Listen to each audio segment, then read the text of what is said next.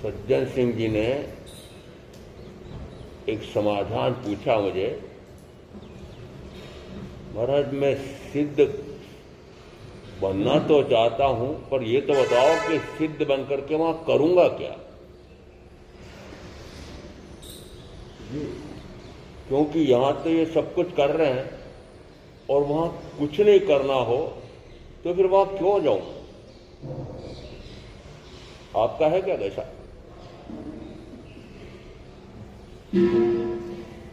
कुछ नहीं करना, जिस समय वस्तुतः केवल्य प्रकट करने के लिए भी जिस समय कुछ नहीं करना होता है, तब केवल ज्ञान केवल दृष्टि प्रकट होता है। जहां करना या न करना ऐसी क्रिया है, तब तक तीन व्याख्या प्रज्ञप्ति के अनुसार कर्म है। क्रिया है तो कर्म है। इसका अर्थ है कि जिस समय अक्रिय हुआ जाता है उस समय वह कर्म से रहित होता है।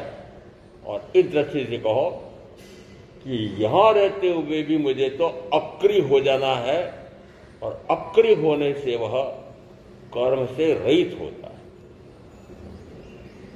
दूसरा, यह आत्मा शरीर में कहां रहता है? आप में से कोई उत्तर दे दो।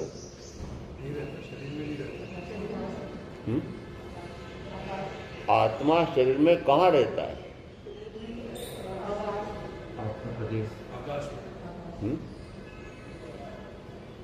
यदि ये 6 द्रव्यों का स्वरूप समझाया था, एक धर्म द्रव्य है, एक अधर्म द्रव्य है, एक आकाश द्रव्य है।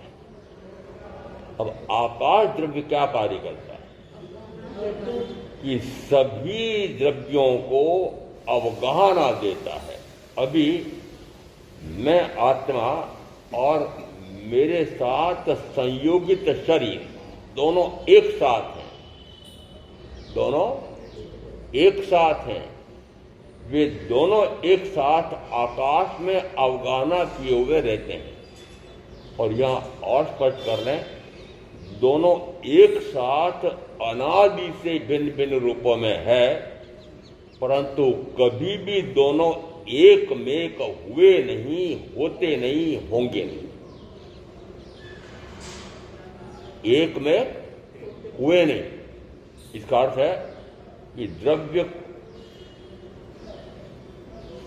की अपेक्षा से, क्षेत्र की अपेक्षा से, काल की अपेक्षा से, भाव की अपेक्षा से और गुण की अपेक्षा से इन दोनों में पूर्णतः भिन्नता है, परंतु दोनों भिन्न भिन्न प्रकार के होते हुए भी दोनों एक साथ अनादि से रहते हैं। यह आत्मा शरीर में रहता है, इस प्रकार की भ्रांति मत पालना। आत्मा तो अपने आप के असंख्यात प्रदेशों में ही रहता है। अवगाहना देने का कार्य कौन करता है? तो कि वह आकाश द्रव्य करता है। क्योंकि दोनों एक साथ हैं, इसलिए आकाश द्रव्य ने दोनों को एक साथ स्थान दे रखा है।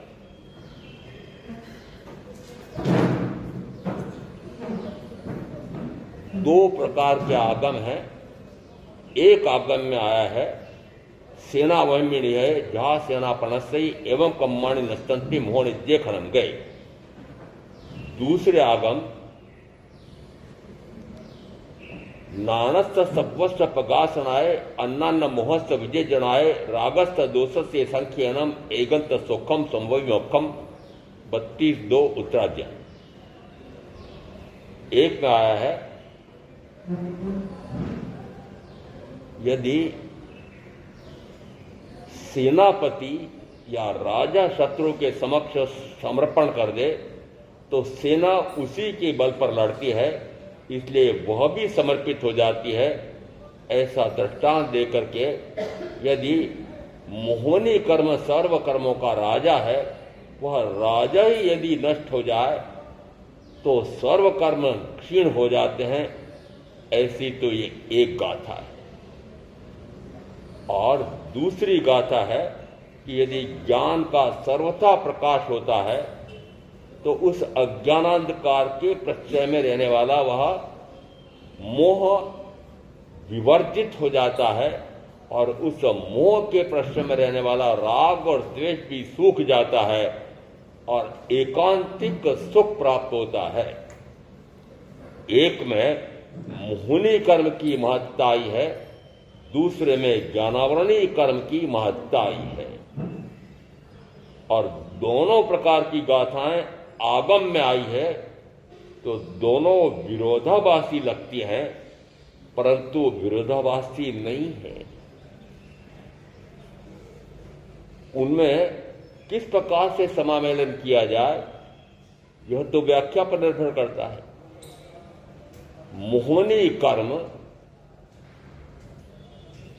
उस कर्म के आधार पर होने वाला वह मोह आदि बाहर में अन्य व्यक्तियों को भी अनुभव में आता है और स्वयं को भी अनुभव में आता है। परंतु कोई व्यक्ति बुद्धिमान है कि मूर्ख है, आपके घर पर कोई मेहमान आए, एक बेटा एक बेटी सामने खड़े कर दिए और यदि यह कहा कि इसमें एक बुद्धिमान है और एक मूर्ख है, समझ जाओगे? कैसे समझोगे? यदि उनसे बात करें तो समझ में आएगा। इसका अर्थ है कि बात करने पर समझ में आता है, अर्थ निकल रहा है कि मोह के कारण से होने वाला वह राग या द्वेष सबको समझ में आता है, अन्य व्यक्ति को भी समझ में आता है। परंतु ज्ञान है कि अज्ञान है, यह स्वयं को भी अनुभव में नहीं आता है और अन्य व्यक्ति को भी अनुभव में नहीं आता है। इसलिए गुणस्थान किसके आधार पर बना? मोहनी कर्म के आधार पर। तो पहले मोहनी कर्म के बारे में सुन लें, समझ लें। मोहनी कर्म की 28 उप प्रकृतियां हैं। जिस स्थान पर 28 की 28 उप प्रकृतियां हैं वह मिथ्यात्व गुण स्थान है। और यदि उनमें से जो प्रकृतियां कटती जाती हैं उसके अनुसार वह गुण स्थान में आगे बढ़ता है। मिथ्यात्व मोहनी, मिश्र मोहनी, सम्यक्त मोहनी, ये दर्शन मोहनी कर्म के 3 भेद किए जाते हैं। उसके कारण से फिर चारित्र मोहनी में अनंतानुबंधी क्रोध, मान, माया और लोभ ऐसे 7 होते हैं। यदि वह 7 कर्म प्रकृतियों का क्षय करे तो क्षयिक, उपशम करे तो औपशमिक, और कुछ का क्षय कुछ का उपशम करे तो क्षयक्षमिक सम्यक्त प्रकट होती है, ऐसा कहा गया। यदि इस प्रकार की सम्यक्त प्रकट हो गई है तो फिर वह आगे बढ़ता है। और आगे कैसे बढ़ेगा कि आगे अनंतानुबंधी के बाद अप्रत्याख्यानावर्णीय, प्रत्याख्यानावर्णीय और संजलन, ऐसे इन 4 के 4 भेद आते हैं। तो प्रथमतः क्रोध, मान, माया और लोभ 4 मूल में है। फिर इन 4 के फिर 4 भेद करते हैं तो 16 प्रकार के कषाय हुए। और हास्य, रति, अरति, भय, शोक, जुगुप्सा, पुरुष वेद, स्त्री वेद, नपुंसक वेद, ऐसे 9 कषाय होते हैं। 9 में कितनी मात्रा है? 9 में कितनी मात्रा है? 9 में 2 मात्रा, 9 में 1 मात्रा। अरे 9 और 9 का भिन्न भिन्न अर्थ है, पता लग रहा है। 9 का अर्थ होता है कि वह कषाय है भी और कषाय नहीं भी है। उसको आगम में कहा 9 कषाय। और मूल में कषाय है क्रोध, मान, माया और लोभ। इन मूल कषायों के आधार पर ये 9 कषाय रहते हैं। यदि मूल कषाय तीव्र है, 9 कषाय भी तीव्र होंगे। यदि मूल कषाय मंद हो रहे हैं तो 9 कषाय भी मंद होंगे। ये 9 कषाय इसको सहायता करते हैं मूल कषाय को। और इस अपेक्षा से 3 तो दर्शन मोहनी के और 25 चारित्र मोहनी के मिलकर के 28 कर्म प्रकृतियां मोहनी कर्म की बनती हैं। जिस समय इनमें से 7 कर्म प्रकृतियों का क्षय उपशम करता है, उसमें 3 प्रकार की सम्यक्त प्रकट हुई, ऐसा कहा जाता है। अब एक अंतर्मुहूर्त बीच में कहीं टिकता है और उसके बाद में वह सीधा जिस समय इन चारों का क्षय करता है तो वह चौथे गुण स्थान पर आ जाता है, और चौथे गुण स्थान पर आने के बाद फिर वह आगे बढ़ना चाहता है, तो कहा अप्रत्याख्यानावरणी कषाय को क्षीण करता है। वो अप्रत्याख्यानावरणी कषाय क्या है? यद्यपि उसने अपने स्वरूप को तो समझ लिया है, परंतु उस स्वरूप को प्रकट करने का आगे कोई पुरुषार्थ नहीं हो पा रहा है। जिस समय वो आगे उसको प्रकट करने का पुरुषार्थ करता है, उस समय अप्रत्याख्यानावरणी कषाय कि जिसके कारण से वह प्रत्याख्यान नहीं कर पा रहा है, उसकी कहा अप्रत्याख्यानावरणी। क्या प्रत्याख्यान नहीं कर पा रहा है? प्रत्याख्यान कहते किसे हैं? प्रत्याख्यान में यदि वह केवली प्रज्ञप्त वाणी से यह समझ जाए कि ऐसा तो मेरा शुद्ध स्वरूप है और ऐसा मेरा अशुद्ध स्वरूप में वर्तन हो रहा है, उस समय वह अपने शुद्ध स्वरूप को प्रकट करने के लिए, शुद्ध स्वरूप कौन सा है, अशुद्ध स्वरूप कौन सा है, आत्मा का शुद्ध स्वरूप कौन सा है और अशुद्ध स्वरूप कौन सा है?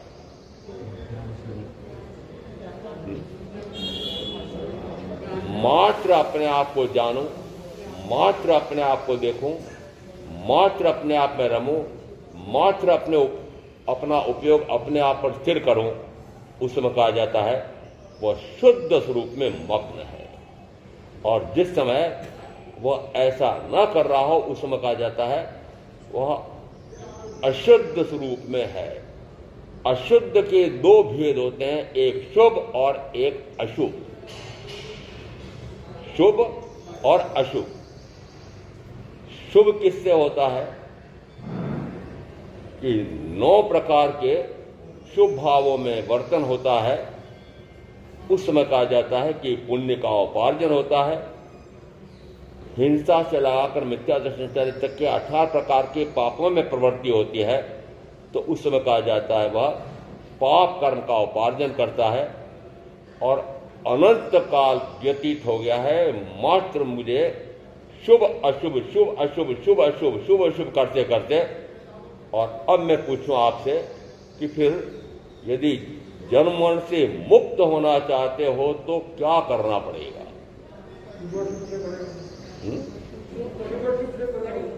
ना शुभ ना अशुभ।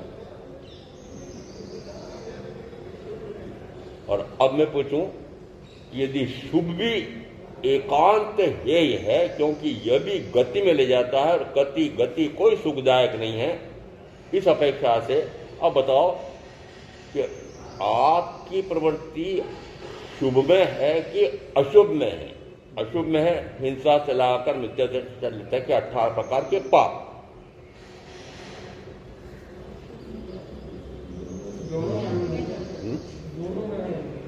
दोनों में है, पाप में भी है और पुण्य में भी है, एक साथ हो नहीं सकता। एक समय में एक प्रकार का हो, एक समय में शुभ भाव है तो पुण्य का उपार्जन करेगा, दूसरे समय में अशुभ भाव है तो पाप का उपार्जन करेगा। और अब मैं आपसे पूछ रहा हूं कि अभी तक का जो जीवन काल, पूर्व का छोड़ दो, अभी तक का जो आयुष काल व्यतीत किया है, उसमें आपने पाप की प्रवृत्ति में लगे हैं कि पुण्य की प्रवृत्ति में लगे हैं कि पाप और पुण्य से रहित तीसरे में लगे हैं? 3 मार्ग हो गए, एक पाप का मार्ग, एक पुण्य का मार्ग और एक पाप और पुण्य से रहित का मार्ग। और अब मैं आपकी तरफ से बोल रहा हूं कि आपका तो मात्र पाप मार्ग में लगा हुआ है, सारा पुरुषार्थ पाप मार्ग में। कोई कहो कि नहीं महाराज मेरा पुण्य कार्य भी है, अरे कितना सा है, अन्न पुण्य से लगा करके नमस्कार पुण्य तक के 9 प्रकार के शुभ भाव कितनी सी देर रहता है, कितनी तरतमता का है। कुछ इसका अर्थ है कि पाप का भारा, पाप की गठरी तो बड़ी भारी है, और थोड़ा सा पुण्य है तो नरक गति का जब बंद होगा तो 7वीं का नहीं होकर के 6ठी का हो जाएगा। तो अभी तक का काल आपका बीता है नरक गति में जाने के लिए। कोई मना करो। और साफ बोल रहा हूं, इस भव में आए हैं पुण्य करके, और आगे और कह रहा हूं किसी प्रकार के विशिष्ट पुण्य, सातिशय पुण्य के कारण से मैं ऐसे भाव में आया हूं कि जहां पर तीर्थंकर परमात्मा की वाणी सदगुरु के योग से सुनने का स्वर्णिम अवसर मिला है। मिला है? हाँ करो पहले, या ना करो। मिला है? उपयोग किया कि दुरुपयोग किया? सदुपयोग किया कि दुरुपयोग किया?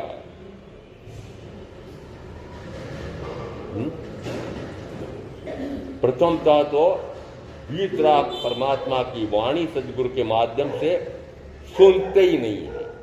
सुनने का अवसर तो जो जैन कुल में जन्मा है उनमें से प्रत्येक को है, प्राप्त है। तो अब अशोक विहार के महामंत्री जी बताएंगे कि जितने सदस्य हैं, उनके घर के प्रमुख हैं, उनके साथ साथ सारे के सारे इस प्रकार के प्रवचन सुनने का पुरुषार्थ करते हैं। आज गिनती करके बता दो यहां के कितने हैं, आज बता दो ना। 3, 6 कितने? और सारे कहां पड़े हैं कि मौन निद्रा में सोए पड़े हैं।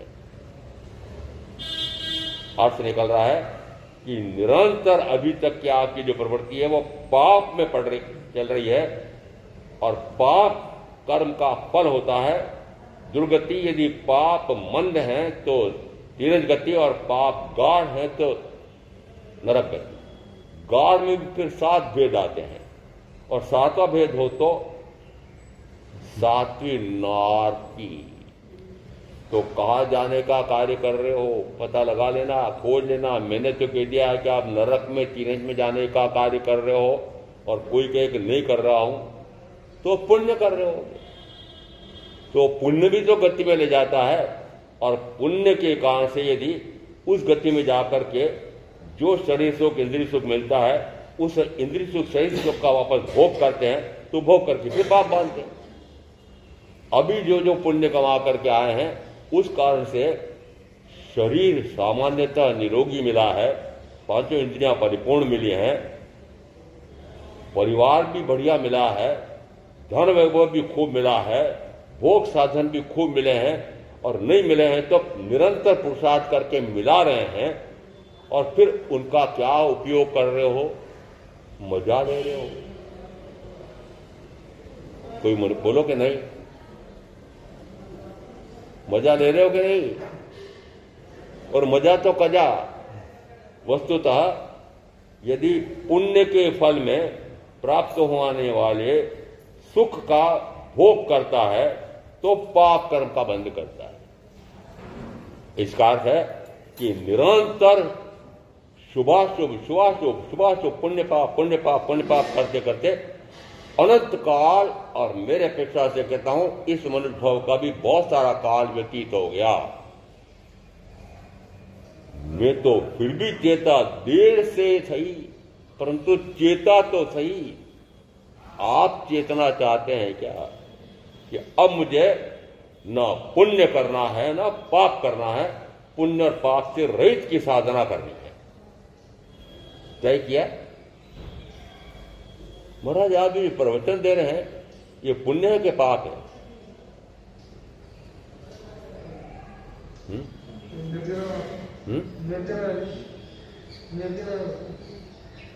पुण्य पाप नहीं है?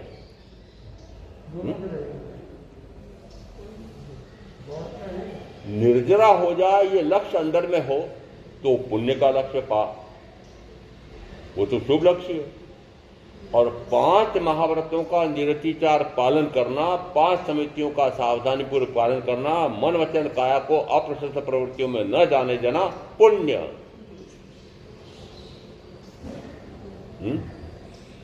तो महाराज आप भी तो पुण्य कमा रहे हो। कमाना चाहता हूं कि नहीं? क्यों? क्योंकि मात्र जिस समय शरीर संबंधी कार्य करना होता है उस समय मुझे 5 महाव्रतों का निरतिचार पालन करना है, समितियों का सावधानीपूर्वक पालन करना है, और निरंतर क्या शरीर का काम करता रहूंगा? दीक्षा इसलिए ली क्या? तो शरीर का कार्य शीघ्र से शीघ्र निपटा करके कौन से में जाऊंगा? कि आत्मा में जाऊंगा, कि आत्मा को जानूं, आत्मा को देखूं और आत्मा में रमण करूं। और उस समय कहा जाता है न कर्म का आश्रय है न बंध है, उस समय मुक्ति की, जन्म मरण से मुक्ति की साधना हो रही है, ऐसा मानना। और अब आप अपने फैसले सोचना कि जो आप घर और गृहस्थी लेकर के बैठे हुए हैं, व्यापार व्यवसाय उद्योग धंधे कल कारखाने चला रहे हैं, न जाने क्या क्या खटकर्म खोटे कर्म कर रहे हैं, और फिर हमारे बहुत सारे साथी और वहां रहते हुए भी ध्यान साधना करके आत्मज्ञान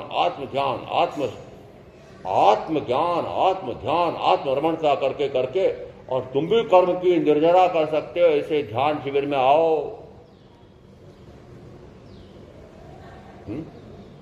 इसका अर्थ है कि उस ध्यान शिविर में आत्मध्यान करने के लिए वो जो पृष्ठभूमि छोड़ कर गया है 2, 3 दिन, 5 दिन, 7 दिन, 10, 15 दिन के लिए, वो पृष्ठभूमि कौन सी छोड़ के आया है? और फिर ध्यान साधना पूरी करके वापस कहां जाएगा? वो आत्मध्यान है, वो आत्मज्ञान है, आत्मज्ञान है। आत्मा को आत्मा का ज्ञान हो जाए, आत्मा को आत्मा का दर्शन हो जाए, आत्मा को आत्मा में रमणता हो जाए, अनंत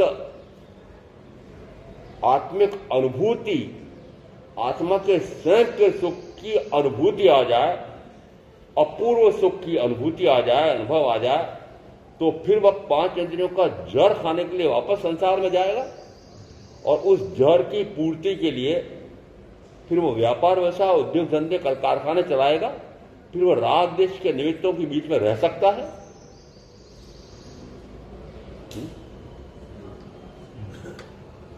और कुछ क्षणों के लिए भी ऐसा अनुभव आ जाए तो निरंतर वह जाएगा कि मैं निरंतर उन क्षणों को बढ़ाता चला जाऊं, और उसी को कहते हैं साधना।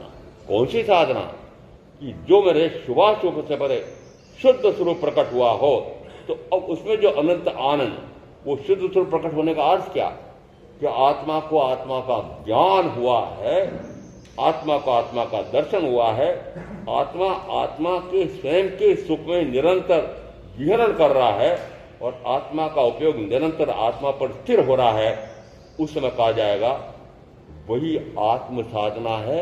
ऐसा करते हुए बाहर में दिखेगा कि चारों घाती कर्म निर्धरित नहीं, क्षय हो रहे हैं। किसी कर्म को क्षीण नहीं करना है, अपने आप में रहना है, अपने आपे में रहना है, आत्मा में रहना है, अपने गुणों में रहना है, अपने गुणों में निवास करना है। और मेरा गुण कौन सा है? तो कहा जाता है ज्ञान गुण है। ज्ञान गुण जानने का कार्य कर रहा है। और अब मैं पूछूं कि जानने का कार्य तो आत्मा का अनादि से है, परंतु अनंत काल तक किया क्या? अपने आप को तो जाना नहीं और शरीर आदि पराये को अपना जाना, ये ज्ञान गुण का वैभाविक परिणमन है। यदि अपने दर्शन गुण से अपने आप को तो देखा नहीं और शरीर आदि को अपने रूप देखा, उस समय कहा जाता है दर्शन गुण का वैभाविक परिणमन हो रहा है।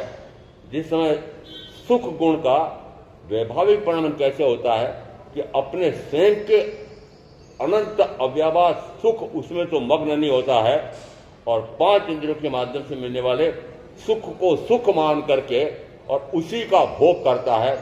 उस समय कहा जाता है कि वह मोहिनी कर्म के कारण से हो रहा है और उसी समय वह अपना उपयोग यदि जिससे उसको सुख मिलता है, जिससे उसको दुख मिलता है, उस पर जाता है, तो कहा जाता है वो मेरा उपयोग नाम का गुण, वीर नाम का गुण भी बाहर चला गया। एक गुण विपरीत जाता है तो दूसरा भी, तीसरा भी, चौथा भी। और अब जो 2 गाथा आई है उसमें कहा गया कि मोहिनी कर्म विपरीत परिणमन कर रहा है। मोहिनी विपरीत क्या करा रहा है? कि निरंतर मुझे मोहादि में ले जा रहा है। तो मोहिनी कर्म का क्षय करूं तो शेष 3 कर्मों का भी क्षय हो जाता है। इसलिए क्या पुरुषार्थ किया कि मोहनी कर्म की 28 उप्रकृतियां, उसमें से जिसमें वो 7 उप्रकृतियों का क्षय करता है, तो पहले मिथ्यात्व गुणस्थान से ऊपर उठ करके और एक अंतर्मूर्त के लिए बीच में रहता है और चौथे गुणस्थान पर आ जाता है। चौथे गुणस्थान पर आकर के जब उसको लगता है कि इतना कर्म क्षीण हो गया है तो और क्षीण कर दूं, उसका जो अंदर में आनंद का अनुभव आता है, तो फिर प्रयत्न करता है कि आगे की कर्म प्रकृति वो क्षीण कर दूं। तो उस समय कहा जाता है अप्रत्याख्यानावणी कषाय को भी वह क्षीण करता है, तो कहा जाता है अब वह श्रावकत्व ग्रहण करने के योग्य हो गया है, वह 5वें गुण स्थान पर आ गया है। उसके बाद में आगे 5वें गुण स्थान पर आकर के अब आप कहां अटके भटके हो?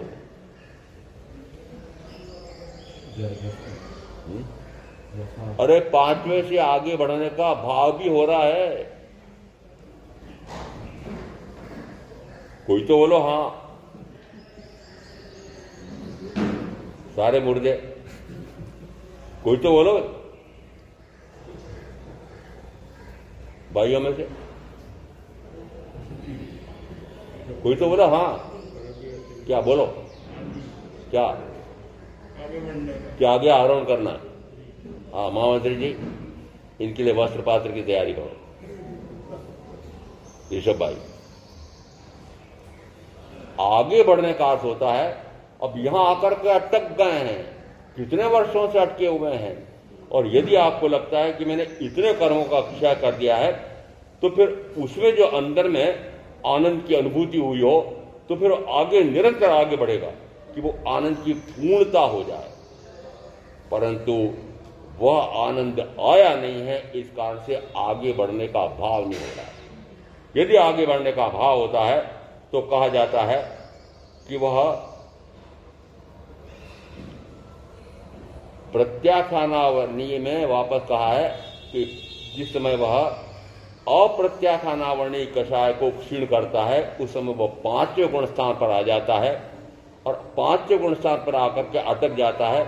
और वो प्रत्याख्यानावरणीय कषाय को क्षीण नहीं कर पाता। वो प्रत्याख्यानावरणीय कषाय है क्या कि अब वो सर्ववृत्ति संयम प्रवज्ञा ग्रहण करने में असमर्थ हो रहा है। उसको नाम दिया प्रत्याख्यानावरणीय कषाय। और जो प्रत्याख्यानावरणीय कषाय को क्षीण करता है, तब उसमें कहा जाता है कि वो बाह्य में दिखेगा कि सर्ववृत्ति संयम प्रवज्ञा ग्रहण कर ली है, और उस समय कितनी कर्म प्रकृतियों का क्षय हो गया? अनंतानुबंधी, अप्रत्याख्यानावरणीय, प्रत्याख्यानावरणीय। अब क्या बचा? संजलन। सर्ववृत्ति संयम लेकर के प्रवज्ञा ग्रहण करके अब संजलन कषाय को निरंतर क्षीण करने का पुरुषार्थ करता है। और अब मैं चूंकि 5वें आर्य का मनुष्य हूं, इसलिए मेरे लिए कह सकता हूं कि 5वें आर्य का मनुष्य संजलन कषाय को मंद से मंदतर मंदतर मंदतर मंदतर मंदतम तक कर सकता है, परंतु पूर्ण तक क्षीण नहीं कर सकता। ये शब्द आप क्यों बोले कि 5वें आर्य का मनुष्य? 5वें आर्य में इस प्रकार की साधना नहीं हो सकती है। आ रहा है निकाल, तो क्या काल का दोष है? महाराज काल ही ऐसा है, महाराज साहब जमाना ही ऐसा आ गया है, इसलिए मैं ऐसा नहीं कर पा रही हूं, नहीं कर पा रहा हूं। बोले काल को क्यों दोष देते? काल तो बेचारा कुछ भी नहीं करता। काल कुछ नहीं करता है। काल अनादि से प्रवाहमान है, अनंत काल तक प्रवाहमान रहेगा, स्वयं कुछ नहीं करता है। शेष 5 द्रव्य तो कुछ न कुछ करते हैं, और कुछ न कुछ करते में मैंने यहां तक बताया, आपको याद रखा हो कि न रखा हो, कि शेष 5 द्रव्यों में धर्म, अधर्म, आकाश और पुद्गल, ये 4 द्रव्य निरंतर अपने ही गुणों में विहरण करते हैं, पर भाव में जाते नहीं है, निरंतर स्वभाव में रहते हैं। और इन 4-5 को मैं कहता हूं बुद्धू हैं, कुछ नहीं समझते हैं, और मैं अपने आप को कहता हूं मैं बुद्धिमान हूं और ज्ञानवान हूं, अनंत ज्ञान गुण संपन्न हूं। अरे मैं महामूर्ख हो रहा हूं, कि अपने गुणों में क्यों नहीं विहरण करता हूं, अपने स्वभाव में क्यों नहीं रहता हूं। कभी डांट फटकार होती है अपने आप को कि कहां बाहर भटक रहा है। अरे कभी फटकार के अपने आप को कि कहां बाहर भटक रहा है। बहुत भटक लिया और अभी तक भटकते भटकते अनंत जन्मन का अनंत दुख पाया है। और अनंत जन्मन के अनंत दुख, जन्मम दुखम जरा दुखम रोगाणी मरणाणी यह औ दुखो संसारो जत्त के संति जानते हो। महावीर चेता रहे हैं, हे जीवों चेतते क्यों नहीं हो, चेतते क्यों नहीं हो, मेरे पास आओ तो मैं बताता हूं कि जन्म और बीच में आने वाली सारी समस्याएं और उसके बाद में मरण, इनके दुख को पूर्णतः मिटाने का उपाय मैंने खोज लिया है, उपाय मैंने प्राप्त कर लिया है, प्रकट कर लिया है। और मैंने वह केवल ज्ञान, केवल दर्शन प्रकट कर लिया है। और अब मुझे न जन्म लेना है न मरना है। तो क्या अज्ञान तत्व प्रकट होने के बाद मरण नहीं है क्या? मृत्यु नहीं होती है? मृत्यु तो होगी, मृत्यु तो होगी, परंतु यदि सामान्य संथारा साधक के लिए कहा जाता है तो फिर ऐसे जो केवल ज्ञानी हैं उनका जब आयुष्काल पूरा होता है तो क्या कहा जाता है? परिनिर्वाण कल्याणक है। क्या है वह? परिनिर्वाण कल्याणक है, मरना नहीं हो, उसको मरना नहीं कहते हैं। तो क्या ऐसा आप कभी सोचते हैं कि मेरा भी परिनिर्वाण कल्याणक महोत्सव हो जाए? तो उसके लिए पहले क्या करना पड़ेगा? पहले क्या करना पड़ेगा कि मोहनी कर्म की सर्व कर्म प्रकृतियों का पूर्णतः क्षय हो जाए। और अभी तक जो आया है उसमें वह कहां तक की साधना कर पाया है? क्योंकि गुणस्थान अपेक्षा से 7वें गुणस्थान तक की कर सकता है। चारित्र में 5 चारित्र कहे गए हैं: सामायिक, छिदोपस्थापना, परिहार विशुद्धि, सूक्ष्म संप्राय और यथाख्यात चारित्र। 5 चारित्रों में वर्तमान में मात्र 2 चारित्र प्रकट कर सकता हूं और ध्यान में मात्र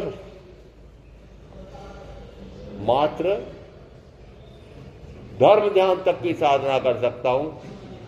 आगे यदि मैं कहूं कि ऐसा समाचार मैंने पढ़ा कि अब के 15 दिन के शिविर में बैठने वाले इन भाई बहनों ने शुक्ल ध्यान की साधना की, ऐसा यदि पत्रिका में मैंने पढ़ा, मैंने कहा शुक्ल ध्यान और 5 वारे का मनुष्य। शुक्ल ध्यान गुणस्थान अपेक्षा से कब होता है?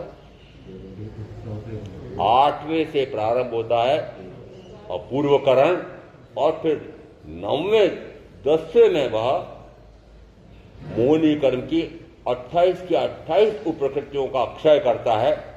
और उसके बाद कहा कि वह फिर 7वें से सीधे कहो कि 10वें से सीधे कहो 12वें गुण स्थान पर पहुंचता है।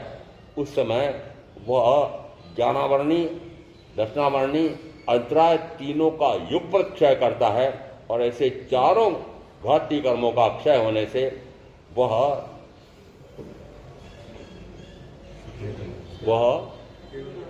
जन्म मरण से मुक्त हो गया है।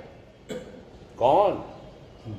यदि चारों घाती कर्मों का पूर्णतः क्षय हो जाए तो न जन्म है न मृत्यु है।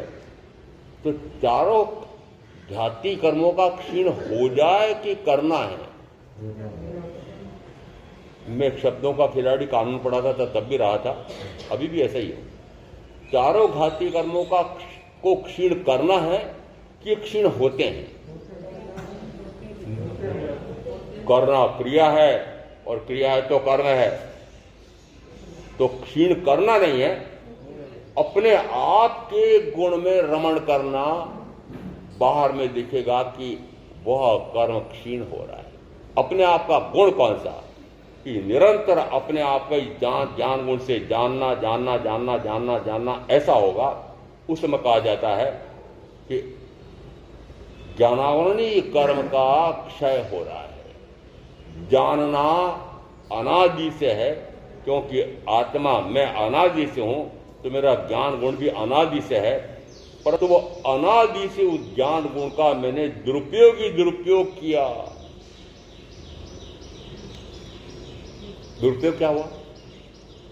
दुरुपयोग क्या किया? और सदुपयोग क्या होगा? दुरुपयोग क्या है? अपने आप को तो जाना नहीं, और शरीर आदि पराये को जाना कि अपना जाना? अपना जाना। शरीर आदि पराये को पराया जानना हो जाए तो परे हो जाएगा। ध्वनि क्या? ज्ञान गुण दोनों प्रकार का कार्य करता है। स्व को भी जानता है, पर को भी जानता है, पर अभी तक तो पर को ही अपना जानता रहा, और मान लो अब स्व को भी जान लिया, पर को भी जान लिया। ज्ञान संपन्न जीव के लिए परिभाषा आई है उत्तराधिकरण सूत्र के 29 अध्ययन में कि वह सर्व भावाभिगम का ज्ञाता हो जाता है। और फिर दृष्टांत दिया कि सुई यदि डोरे सहित हो तो गुमती नहीं है, उसी प्रकार से यदि आत्मा ज्ञान सहित हो तो संसार में भटकता नहीं है, रुलता नहीं है। और ऐसा दृष्टांत देकर कहा कि वह ऐसा जिस समय स्व समय रथ को भी जान जाता है, पर समय रथ को भी जान जाता है, स्वभाव को भी जान जाता है, पर भाव को भी जान जाता है, और फिर पर भाव से परे होकर के स्वभाव में स्थिर हो जाता है, उस समय वह ज्ञान संपन्न जीव है, ऐसा कहा जाता है। तो अब ज्ञान संपन्न हो, ज्ञानी हो कि अज्ञानी हो, अपना अपना बनाना लेखा। ज्ञानी हो कि अज्ञानी हो, अभी तक कह रहा हूं, अभी तक ये सुनने के बाद में भी कि मैं तो वस्तुतः अनादि से ज्ञान गुण संपन्न हूं, अनंत काल से ज्ञान गुण संपन्न रहूंगा, ऐसा यदि अभी स्वरूप बता दिया। और यदि अनादि की भूल का अर्थ होता है ये भूल कब से चली आ रही है? जड़ ने चैतन्य बनने द्रव्यनो स्वभाव भिन्न सुप्रतीति पणे बनने जने समझ आए छे स्वरूप चेतन निज जड़ से संबंध मात्र अथवा ते ये पण परद्रव्य माय छे एवो जे अनुभवनो प्रकाश उल्लसित थयो। एवो जे अनुभवनो प्रकाश उल्लसित थयो। कौन सा अनुभव? ये पूर्व के पंक्तियों आया। एवो जे अनुभवनो प्रकाश उल्लसित थयो जड़थी उदासी तेने आत्मवृत्ति थाय छे। जड़थी उदासी तेने आत्मवृत्ति थाय छे। यदि आप कहते हैं कि मुझे सम्यक प्रकट हुई है, मिथ्या तो टूटा है, तो अब मैं पूछ रहा हूं जड़थी उदासी, जड़ पदार्थ से आपका उदासीन भाव आया है क्या? और जड़ थी उदासी तेने आत्मवृत्ति थाय छे, तो फिर वापस आगे आ रहा है कायानी विसारी माया। तो काया की माया को तो विसार देता है। कायानी विसारी माया स्वरूपे समाया एवा, कि अब वह काया की माया को विसार करके स्वरूप में रमण करता है। स्वरूपे समाया एवा, स्वरूपे समाया एवा निर्ग्रंथनो पंथ। तो जो स्वरूप में समाहित है, स्वरूप में रमण करता है, वह कहलाता है निर्ग्रंथ। और ऐसे निर्ग्रंथ महानिर्ग्रंथ महावीर के लिए कहा गया कि ऐसे महानिर्ग्रंथ कायानी विसारी माया स्वरूपे समाया एवा निर्ग्रंथनो पंथ भव अंतनो उपाय छे। श्रीमद जी का कवित्व है कायानी विसारी माया। ये सारी माया चल रही है, वो माया है, मैं स्वयं ही अपनी माया में चला जा रहा हूं, ऐसा मानना। कायानी माया, वो कायानी विसारी माया स्वरूपे समाया एवा, वो काया की माया को विसार दे, छोड़ दे, तो काया की माया में ऐसा लग रहा है कि मैं शरीर हूं। शरीर के साथ जुड़ी 5 इंद्रियां हैं। इन 5 इंद्रियों के माध्यम से सुख का अनुभव आता है और सुख के अनुभव के लिए फिर मुझे व्यापार व्यवसाय, उद्योग धंधे, कल कारखाने सारे करने पड़ेंगे, काम धंधा करना पड़ेगा और काम धंधा करके मुझे फिर धन वैभव कमाऊंगा।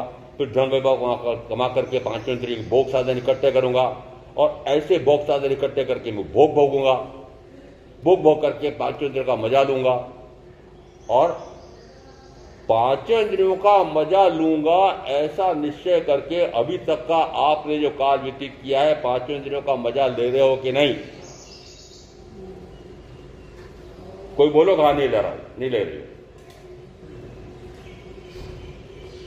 कोई तो कुछ बोल दिया करो, मैं बोलता रहता हूं।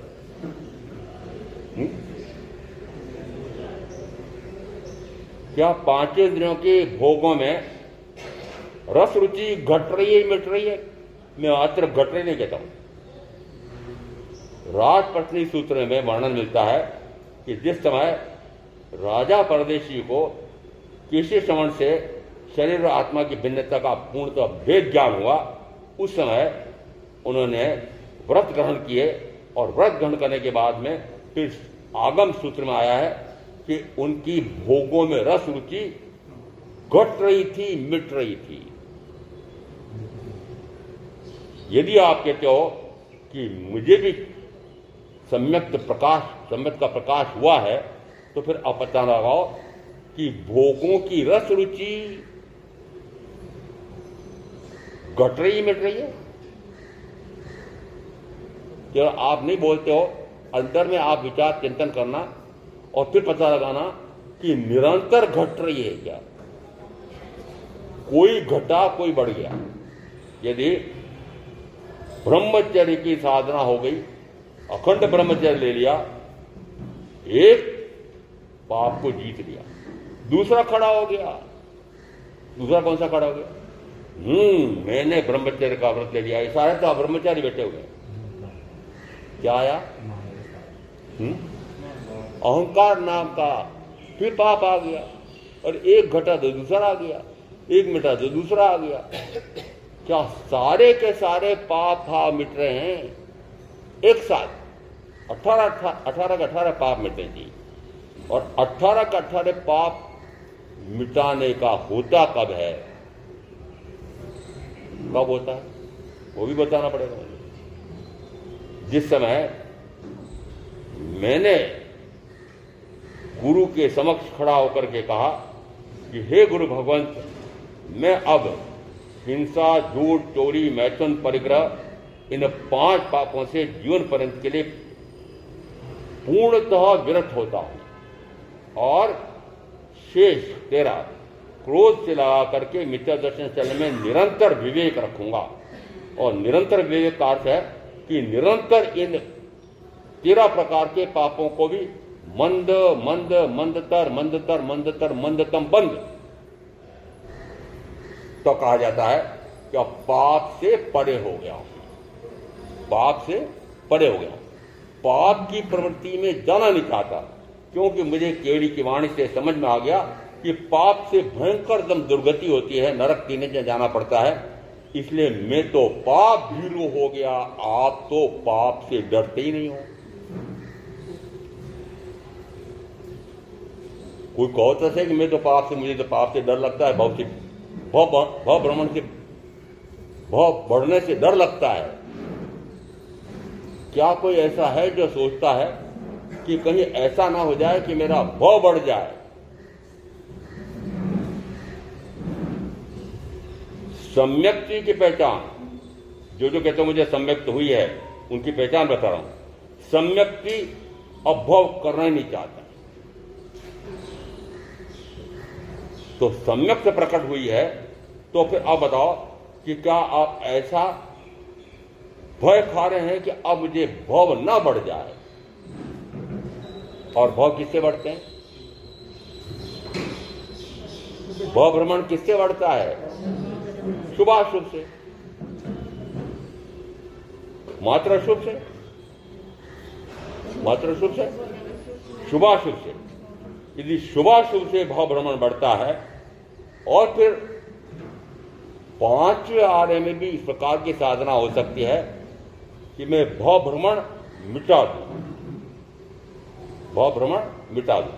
और अब मैं पूछ रहा हूं कि यदि इस भाव में मैं इतना पुरुषार्थ कर सकता हूं कि भव भ्रमण मिटा दूं, और उसी भाव में यदि आपके लिए कहूं कि पुनः भव भ्रमण बढ़ा रहे हो, तो ज्ञानी पूछते हैं, परम ज्ञानी पूछते हैं, मैं पूछ रहा हूं, तो फिर बताओ भाई बहन कि भव भ्रमण मिटाने का पुरुषार्थ कौन से भाव में करोगे? भव भ्रमण मिटाने का पुरुषार्थ मात्र वर्तमान के मनुष्य भाव में संभव है, और वह भी उसका संभव है कि जिसको केवल प्रज्ञप्त वाणी और सद्गुरु का योग मिला है। और बुद्धि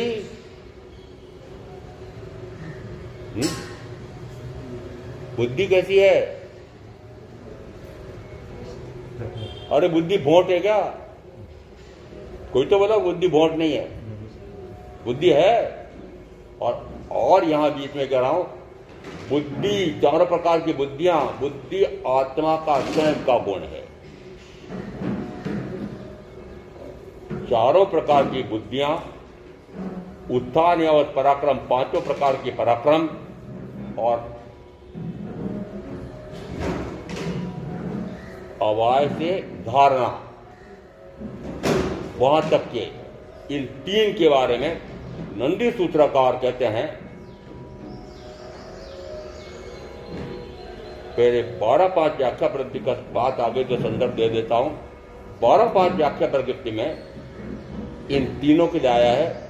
भगवान से पूछा, भगवान बुद्धि, चारों प्रकार की बुद्धियां, उसमें कितने वर्ण हैं, कितने गंध हैं, कितने रस हैं, कितने स्पर्श हैं?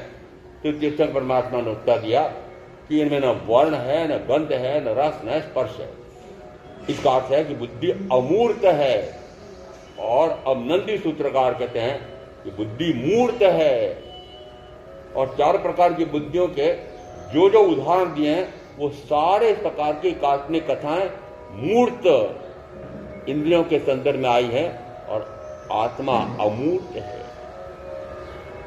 अब नंदी सूत्रकार ये 46 आचार्य हुए हैं, और प्रथम आचार्य हुए हैं सुधर्मा स्वामी। और प्रथम आचार्य क्यों कहूं? पांचवें गणधर नहीं, और गणधर इसका अर्थ है कि इंद्रपुत्री गौतम प्रथम गणधर के साथ सभी गणधरों ने तीर्थंकर की साक्षात वाणी सुनी है। अब साक्षात वाणी में उन्होंने सुना है कि ये चारों प्रकार की बुद्धियां, ये पांचों प्रकार के पराक्रम और अवाय से धारणा तक के चारों, ये अमूर्त है। और अब उन्होंने अमूर्त सुन करके, और फिर जब से व्याख्या प्रकृति में 12-5 में लिखा कि चारों अमूर्त है, और अब नंदी सूत्रकार कहते हैं ये मूर्त है। अब दोनों प्रकार के आगम हैं। एक आगम में एक बात आ गई, दूसरे आगम में दूसरी आ गई। महाराज जी आप ये खोजते क्यों? मैंने खोजते नहीं, वो अपने आप ध्यान में आ जाता है, क्या करें?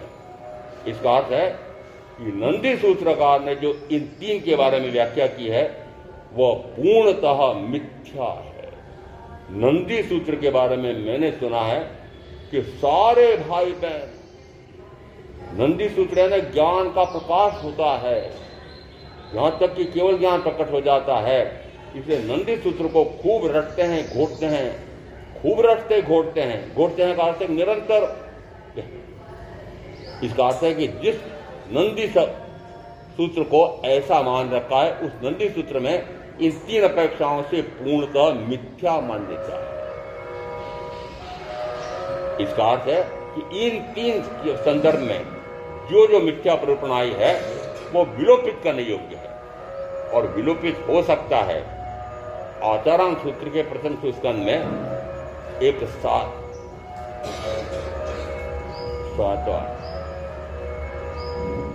एक अध्ययन विलुप्त किया गया। उस अध्ययन में कुछ तंत्र थे, मंत्र थे, यंत्र थे आदि। आगे आने वाले साधु इन तंत्र यंत्र मंत्रों का दुरुपयोग करेंगे, इस कारण से उस अध्ययन को विलुप्त कर दिया गया। वो विलुप्त कैसे हुआ कि जिसमें पूरा था, उस समय किसी टीकाकार ने उसका वर्णन किया, उस पर से मालूम पड़ता है कि एक अध्ययन विलोपित किया गया है। और इस अपेक्षा से नंदी सूत्र में भी इन 3 के संदर्भ में जो आया है वो विलोपित करने योग्य है। विषयांतर हो गया। मुझे तो बात क्या कहनी थी, एक आगम में आया है कि मोहनी कर्म का यदि क्षय करे तो शेष 3 कर्मों का भी क्षय हो जाता है, यहां तक की बात आई है। अब एक दूसरा आगम और है कि जिसमें आया है कि ज्ञानावरणी कर्म का क्षय करे तो सर्व कर्मों का क्षय हो जाता है। और ज्ञानावरणी कर्म का क्षय होता है स्वाध्याय से, ऐसा भी उत्तराधर्म सूत्र के 29वें अध्ययन में आया है। तो स्वाध्याय की कितनी महत्ता हुई।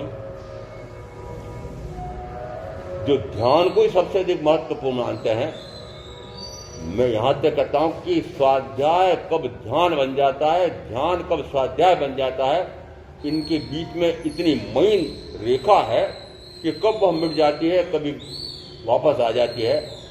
स्वाध्याय करते करते ध्यान में, आत्मा में मग्न हो सकता है, और आत्मा में जिस समय वो मग्न होता है उस समय यदि भटक जाए तो फिर वापस वो स्वाध्याय में याद किया हुआ वह वापस तत्व तो याद आता है। इसका अर्थ है कि ध्यान में स्वाध्याय, स्वाध्याय में ध्यान, एक दूसरे को सहयोग करता है। इसलिए मात्र ध्यान से मुक्ति, या एक ग्रंथ मेरे द्वारा भी लिखा गया, उसमें ज्ञान से मोक्ष ऐसा भी दिया है। तो ज्ञान से मोक्ष का मैं कैसे कहूं, ज्ञान हो जाए तो मोक्ष हो जाए, ज्ञानावरणी कर्म का क्षय हो जाए तो मोक्ष हो जाए। तो ज्ञानावरणी कर्म का क्षय कैसे होता है, सीधा सीधा प्रश्न पूछ रहा हूं, सीधा सीधा उत्तर निकलेगा। अपने उस ज्ञान गुण से अपने आप को अपने आप का जानूं, और शरीरादि पराये को पराया जानूं और परे कर दूं। शरीरादि पराये को पराया जानूं और परे कर दूं। स्वयं को स्वयं का जानना, पराये को पराया जानना। ज्ञान संपन्न जी में ऐसा नहीं आया। स्व समय रथ को भी जान जाता है, पर समय रथ को भी जान जाता है। स्व समय रथ भी मैं ही हूं, पर समय रथ भी मैं ही हूं। अब जिसमें वो स्व समय रथ को भी जान जाता है, पर समय रथ दोनों को जान जाता है, उसमें वो पर समय से परे होकर के स्व समय में रथ होता है, तब कहा जाता है कि वह ज्ञान संपन्न जीव है। और क्या निकल रहा है कि ज्ञान गुण स्व को भी जानने में, पर को भी जानने में सहायक है। तो स्व को भी जाने, पर शरीर आदि को भी जाने, और फिर शरीर आदि से पूर्णतः परे हो जाए, शरीर आदि का जानना बंद हो जाए, तब क्या होगा, अपने आप का जानना होगा। उसमें कहा जाता है अब ज्ञान गुण की स्वभाव परिणति हुई है, और ज्ञान गुण की स्वभाव परिणति में जो अनंत आनंद का अनुभव आता है, तो वह निरंतर उसको पूर्णतः क्षीण करता है। और ज्ञानावरणी कर्म का क्षय हुआ हो तो निश्चित मानना दर्शनावरणी कर्म का भी क्षय होगा, तब निश्चित मानना कि मोहनी कर्म का भी क्षय होगा, और तब निश्चित मानना कि अंतराय कर्म का भी क्षय होगा। तो एक ज्ञानावरणी का क्षय करे तो सर्व कर्मों का क्षय होता है। नानस सबस पगासनाए, अन्ना न मोह से विजय जनाए, रागस दोषे संख्यान एगंत तोकम समूमी मोक्कम। 32 में आया है कि ज्ञान का सरलता प्रकाश हो जाए तो उस अज्ञानांधकार के प्रश्न में रहने वाला वह मोह छिन्न भिन्न होता है, और मोह के प्रश्न में रहने वाला वह राग और तेज भी सूख जाता है, और एकांतिक सुख प्राप्त होता है। ऐसा तत्व का असुर समझ कर में आप जो साधना करेंगे उनका अवश्य कल्याण होगा। ओम शांति।